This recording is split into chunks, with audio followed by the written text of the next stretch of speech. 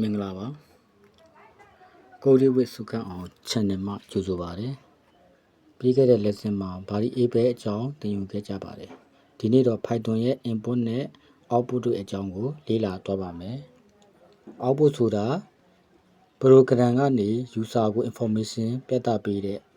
တာဖြစ်ပါတယ် Python မှာ output ပြဖို့ print function ကိုအသုံးပြုရပါတယ်ဒါဥပမာအနေနဲ့ကျွန်တော်တို့ရေးပြမယ်ဆိုရင်ပေါ့ဗျာPython နဲ့ကိုတွားပါမယ်တွားပြီးလို့ချင်းရင်ကျွန်တော်တို့ပထမဆုံးအနေနဲ့ print hello p r i n t print h e l l o hello w o r n t world hello world လို့ရိုက်ထည့်ပြီးတော့ဒီမှာရှိတဲ့အဝါရောင်လေးကိုနှိပ်လိုက်ရင် run ပြီးသားဖြစ်သွားမယ်အဲ့ဆိုရင်ကျွန်တော်တို့ဘာထွက်လာမလဲဆိုရင် hello world ဆိုပြီးတော့ထွက်လာမှာပါဒါဟာ output ရေးနည်းပေါ့နော်အဲ့ပြီးလို့ရှိရင်ကျွန်တော်တို့ input ဆိုတာက user တွေစီကနေ data အချက်လက်တွေကိုလက်ခံတဲ့ဟာဖြစ်ပါတယ် example နဲ့ပြောမယ်ဆိုရင်သူက name import enter your name လို့ရေးရတယ်အဲ့လိုရေးလိုက်တဲ့အခါမှာ user ကကိုရိုက်ထည့်တဲ့နာမည်ကိုရိုက်ထည့်လို့ရပါတယ်ကိုကြိုက်တဲ့နာမည်ကိုပေါ့ရိုက်ထည့်လို့ရပါတယ်အဲ့ဒီနာမည်ကိုပြန်ထုတ်ချင်မယ်ဆိုရင်တော့ကျွန်တော် print hello name ဆိုပြီးတော့ပြန်လဲရေးနိုင်ပါတယ်အဲ့ဒါကိုကျွန်တော်တို့ဥပမာနဲ့ရေးမယ်ဆိုရင်ပေါ့ဗျာရေးမရမယ်ဆိုရင်ဒီမှာဆိုရင်အမှာ name ပေါ့နော်နံပါတ်1နေရာမှာ name ရေးမယ် n a m e name equal import i n p u t import ခွန်စားဝင်ပိတ်လေးနဲ့ဟိုလုပ်ပြီးလို့ချင်း comma လေးရေးမယ် enter your name ပေါ့ e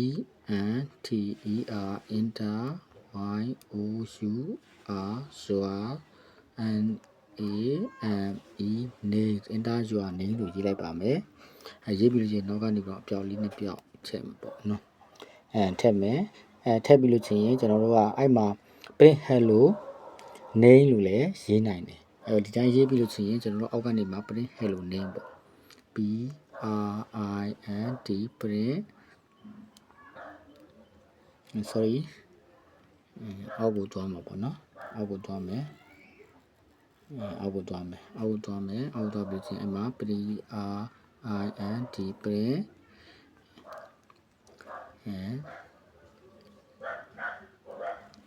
h e l l o hello n a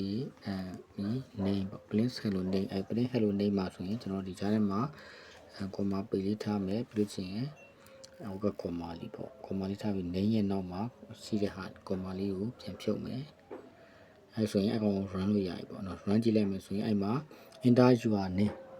ပေါ်လာမယ် enter your name လို့ပေါ်လာရင်ဥပမာကျွန်တော်နာမည်ဆိုရင်ကျွန်တော်နာမည်အဲ့မှာကိုသုံးပြုခြင်းတဲ့နာမည်ကိုရိုက်ထည့်လို့ရတာပေါ့ဥပမာဆိုရင်မောင်ထားပါတော့မောင်လို့ရေးရိုက်ထည့်မယ်ဆိုရင်အဲ့မှာ mg မောင်လို့ရပြီလို့အောက်ကဒီ message ရေကိုနှိပ်လိုက်မယ်ပေါ့ enter လေးကိုပြန်ခေါက်လိုက်မယ်ခေါက်လိုက်လို့ချင်းအဲ့မှာ hello မောင် program finish ဆိုပြီးတော့ပေါ်လာမှာပါဒါဒီ input ရေးတဲ့ပုံစံပေါ့ဗျာအဲဆိုရင်ကျွန်တော်တို့ input output ကိုနှစ်ခုတွဲပြီးတော့ရေးမယ် input output ကိုနှစ်ခုတွဲပြီးတော့ရေးပါမယ် input output ကိုနှစ်ခုလုံးတွဲပြီးတော့ရေးမယ်ဆိုရင်ပထမဆုံးကျွန်တော်တို့က name equal import ပေါ့ i n p u t import ပြီးတော့ enter your name e n t e r enter y o u r your n a m e name enter your name အဲ့ပြီးချင်းကျွန်တော်တို့ဒီနောက်ကပြောင်းလေးချမယ်ဒါလေးတွေရောမေးလို့မရပါဘူးခြံထားလို့လည်းမရပါဘူးဒါလေးတွေခြံထားရင်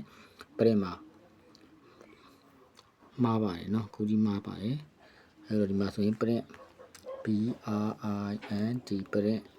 ပြီးလို့ချင်းရင်ဒီမှာ h e l l o hello ပြီးလို့ချင်းကျွန်တော်တို့ comma ချမယ် comma အမေ name ပေါ့နော် n a m e name ရေးမယ်ရေးပြီးလို့ချင်းနောက်တစ်ခုမှကျွန်တော်တို့ကဟို print ပေါ့နော် P R I N T print welcome to Cody ပေါ့နော်ဒါထည့်ရေးမယ်ဆိုရင်ပေါ့နော်အဲ့မှာဘာရေးပြမယ်လို့ဆိုရင် welcome W E L L W C O N E can T O 2 welcome to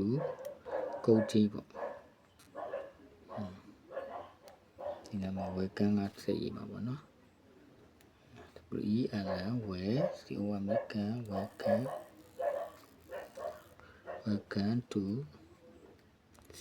O T I N G Cody welcome to Cody with ပေါ့ with မောင်မောင်ဆိုရင်မောင်မောင်ပေါ့နော်ကျွန်တော်ကကိုသုံးခြင်းနဲ့ကိုသုံးပြခြင်းနဲ့နာမည်ပေါ့အဲ့မှာ MG မောင် MG မောင်ဆိုပြီးတော့ရေးပြီးမယ်ရေးပြီးတော့ကျွန်တော် run ဆိုတဲ့ဟာလေးကိုနှိပ်လိုက်မယ်နှိပ်လိုက်ရင်မှာ enter your name ဆိုရင်မောင်မောင်ဆိုရင် MG မောင် MG မောင်အောက်ကနေ enter ပြန်ခေါ်လိုက်မယ်ခေါ်လိုက်ရင် hello မောင်မောင် welcome to Cody with မောင်မောင်ဆိုပြီးတော့ပေါ်လာမှာပါဟုတ်ကဲ့ပါ